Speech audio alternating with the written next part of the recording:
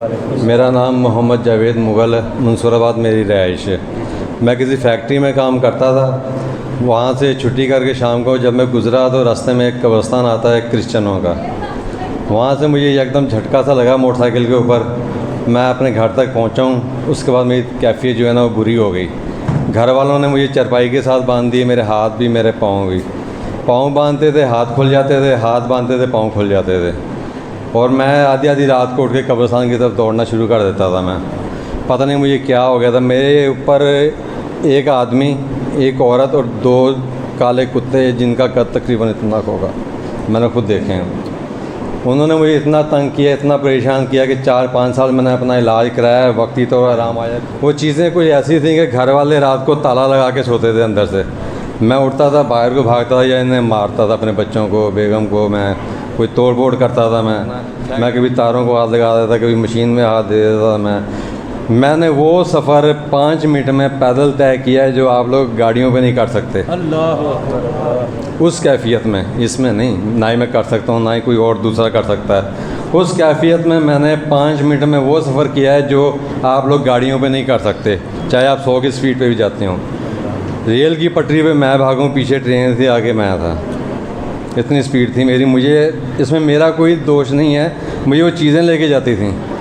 बड़ी बड़ी दूर तक मैं गया हूँ। अच्छा, वो ट्रेन की पटरी पर भी चले जाते? हाँ जी, मैं आगे आगे दौड़ता था, ट्रेन मुझसे पीछे काफ़ी रह जाती थी। ये झूठ नहीं है, इतने लोगों के बीच में मैं झूठ नहीं बोल रहा।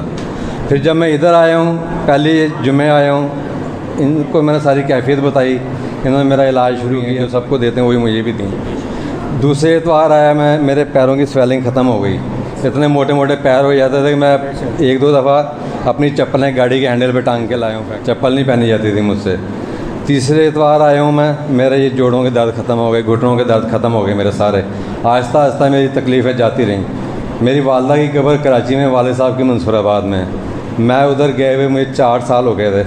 इनकी इजाज़त लेके अब ये 10 मुहर्रम वाले दिन 4 साल बाद अपने वालद की कब्र पर ज़ियारत करने गया हूँ मैं, वो भी इनकी बदौलत। अच्छा, पहले इन्होंने बताते थे कि कब्रिस्तान जाकर मेरी तबीयत ख़राब हो जाती थी, तबीयत इनकी बिगड़ जाती थी। और जो पहले कब्रिस्तान की तरफ भागते थे ना क्रिश्चियन कब्रिस्तानी, वो असल में जिन्नात के असरात थे। वो अपने ठिकाने की तरफ इनको खींचते थे।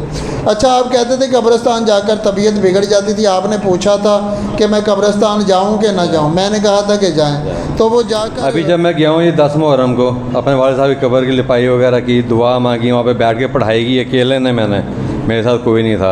और मुझे इतना सुकून मिला, इतना सुकून मिला। पीछे बुज़ुर्गों की दुआएं थीं और दुरूद पाक जो है ना वो मेरे साथ था, इसलिए मुझे किसी ने कुछ नहीं कहा। अच्छा, ये बताएं कि जब से आप यहाँ पर आए हैं, आप दरूद महल में आ रहे हैं, आपने बताया कि जैसे बाबा जी ने आपसे कहा, आपने वैसे ही इनके बताए हुए तरीके पर अमल किया। आपने अमल किया, अल्लाह ताला ने आपको सुकून की दौलत अता फरमाई है।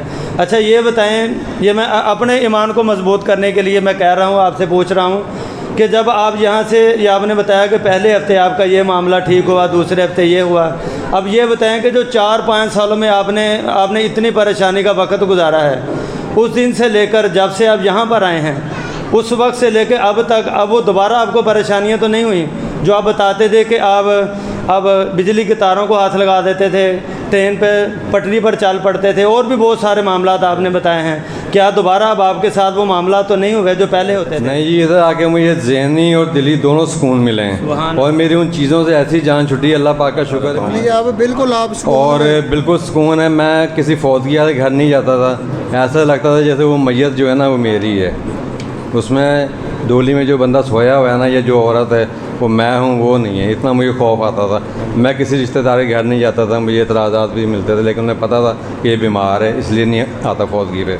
ना मैं किसी के कुलों में जाता था। अब इंशाअल्लाह ताला जब तक बाबा जी की नज़र करम मेरे साथ है, दूध पाक मेरे साथ है, मैं हर जगह पे जाऊँगा। इन्होंने मुझे इजाज़त दी हुई है।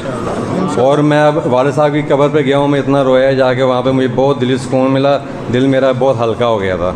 यानी कि अब आप खुश हैं?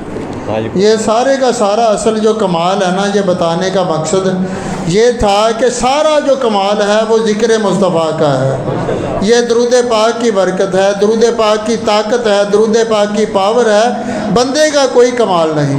ये देखिए अगर 6 साल से बीमार थे ना, ये भी इन्होंने बताया था कि इनके बच्चे लग जाते थे, पागल कहते मैं थे, अकेला नहीं बाहर निकलता था। इनको पागल समझते थे लोग, डॉक्टर पागल समझते थे, घर वाले बांध के रखते थे, कमरे में बंद करके रखते थे। रस्सियों में बांधे थे मुझे चरपाई पे। बता रहे हैं कि रस्सियों के साथ बांध देते थे घर वाले।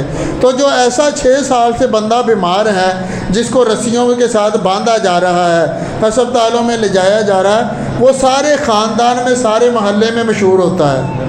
तो ये सारी पावर जो ताकत है ये सारी दरूद पाक की है। तो अर्ज़ करने का मकसद है कि दरूद पाक कैसे पढ़ते रहना है, सल्लल्लाहु अला मुहम्मद सल्लल्लाहु ज़रा बुलंद आवाज़ से पढ़ ले, सल्लल्लाहु अला मुहम्मद सल्लल्लाहु अलैहि। अल्लाह ताला आप सबको भी इसी तरह की बरकतें अता फरमाए।